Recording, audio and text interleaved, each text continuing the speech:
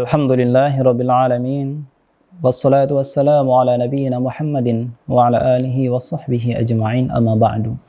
Sahabat Rumi yang dirahmati oleh Allah Subhanahu wa taala, semoga kita diberkahi oleh Allah, puasa kita diterima oleh Allah Subhanahu wa taala, dan semoga langkah-langkah kita dibimbing oleh Allah, dibersihkan kalbu kita, dibeningkan rohani kita, supaya kita bisa lebih dekat kepada Allah Subhanahu wa taala, supaya kalbu kita, ruh kita bisa dimi'rajkan oleh Allah menuju kepadanya meskipun kita sedang hidup di dunia. Sahabat Rumi yang dirahmati oleh Allah Subhanahu wa taala, dalam kitab Ar-Risalah Al-Qusyariyah, beliau meriwayatkan, Imam Al-Qusyari meriwayatkan ucapan Imam Abul Hasan An-Nuri, seorang sufi pada masa salaf. Beliau berkata, "Syahadal haqqul quluba, falam yara qalban ashwaqa ilaihi min qalbi Muhammadin sallallahu alaihi wasallam, fa akramahu bil mi'raji ta'jilan lirru'yati wal mukalamah." Allah Subhanahu wa ta'ala menatap semua kalbu hambanya di muka bumi. Falam yara qalban ashwaqa ilaihi min qalbi Muhammadin sallallahu alaihi wasallam. Dia tidak melihat satu kalbu yang lebih rindu kepadanya dibandingkan kalbu Sayyidina Muhammad sallallahu alaihi wasallam.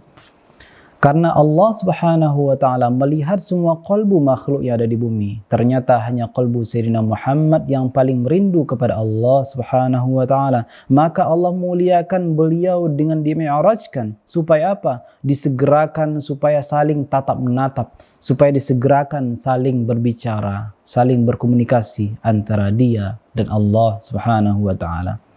Seakan-akan Allah tak sabar. Lebih tepatnya, Allah begitu rindu kepada Nabi Muhammad sallallahu alaihi wasallam. Maka kita petik dari sini, kalbu yang manakah yang akan ditarik oleh Allah, yang akan diundang oleh Allah Subhanahu wa taala, yaitu kalbu yang rindu kepada Allah Subhanahu wa taala. Kalbu siapa yang paling utama? Kalbu Sayyidina Muhammad sallallahu alaihi wasallam. Jadi bukanlah semata-mata ketika Rasulullah diuji oleh Allah dengan meninggalnya istrinya, meninggal pamannya, ya, dibenci oleh umatnya, dibenci oleh suku-sukunya, kerabat-kerabatnya, lalu dihibur oleh Allah. Tidak hanya sebatas itu. Betapa rendahnya ujian-ujian yang sifatnya duniawi lalu dibalas dengan mi'raj. Tapi ada yang lebih mahal yang membuat Allah mengundang Sayyidina Muhammad sallallahu alaihi wasallam, yaitu kerinduan yang begitu dalamnya dalam kalbu Nabi Muhammad, dan Allah tatap itu, maka Allah undang untuk mi'raj.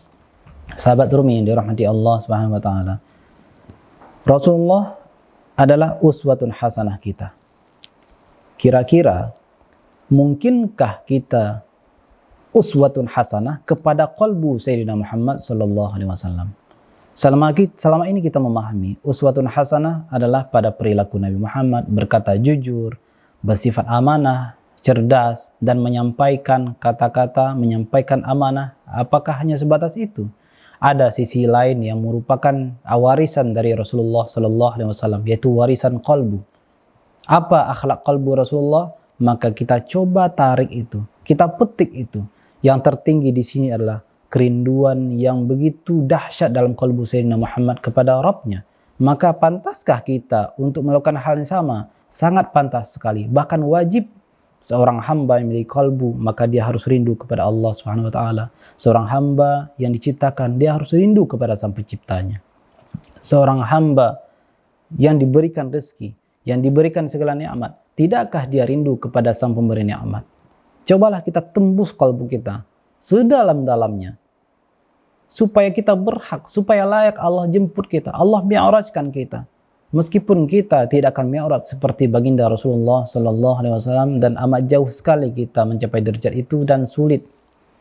Minimal kita juga ikut rindunya Rasulullah kepada Allah, kita pun harus rindu kepada Allah. Ketika seorang hamba sudah rindu kepada Allah, Allah tetap ada kerinduan dalam kalbu seorang hambanya, maka Allah mi'rajkan seorang hamba. Bagaimana seorang hamba bisa mi'raj kepada Allah? Ketika seseorang bisa menyingkirkan dalam kalbunya penyakit-penyakit yang pantang bagi Allah menatap penyakit itu dalam hati seorang hambanya. Mengapa pantang? Karena qalbu itu adalah kiblat pandangan Allah dalam diri manusia. Kalau Allah melihat sesuatu yang tak pantas dalam qalbu seseorang, maka Allah akan murka. Allah tidak akan sudi memi'rajkan qalbu itu. Maka saat momen yang paling mudah kita laksanakan supaya mi'raj kepada Allah adalah as-salatu mi'rajul mu'min. Salat adalah mi'rajnya seorang mukmin. Di salat bagian mana yang lebih urgen untuk menjadi momen mi'raj seorang hamba? Yaitu ketika dia sujud. Aqrama yakunul abdu min rabbi wa huwa sajid. Kondisi yang paling dekat antara Allah dan hamba adalah ketika dia sujud. Maka seorang yang merontokkan penyakit-penyakit dalam kondisi sujud, maka sejatinya salatnya itu tanpa dia sadari telah membuat dia mi'raj kepada Allah Subhanahu wa taala. Itulah mi'rajnya umat Nabi Muhammad sallallahu alaihi wasallam atau disebut dengan mi'raj rohani. Hanya itu yang dapat kita lakukan sebagai umat Nabi Muhammad sallallahu alaihi wasallam. Allahumma salli ala sayyidina Muhammad wallahu taala a'lam. Assalamualaikum warahmatullahi wabarakatuh.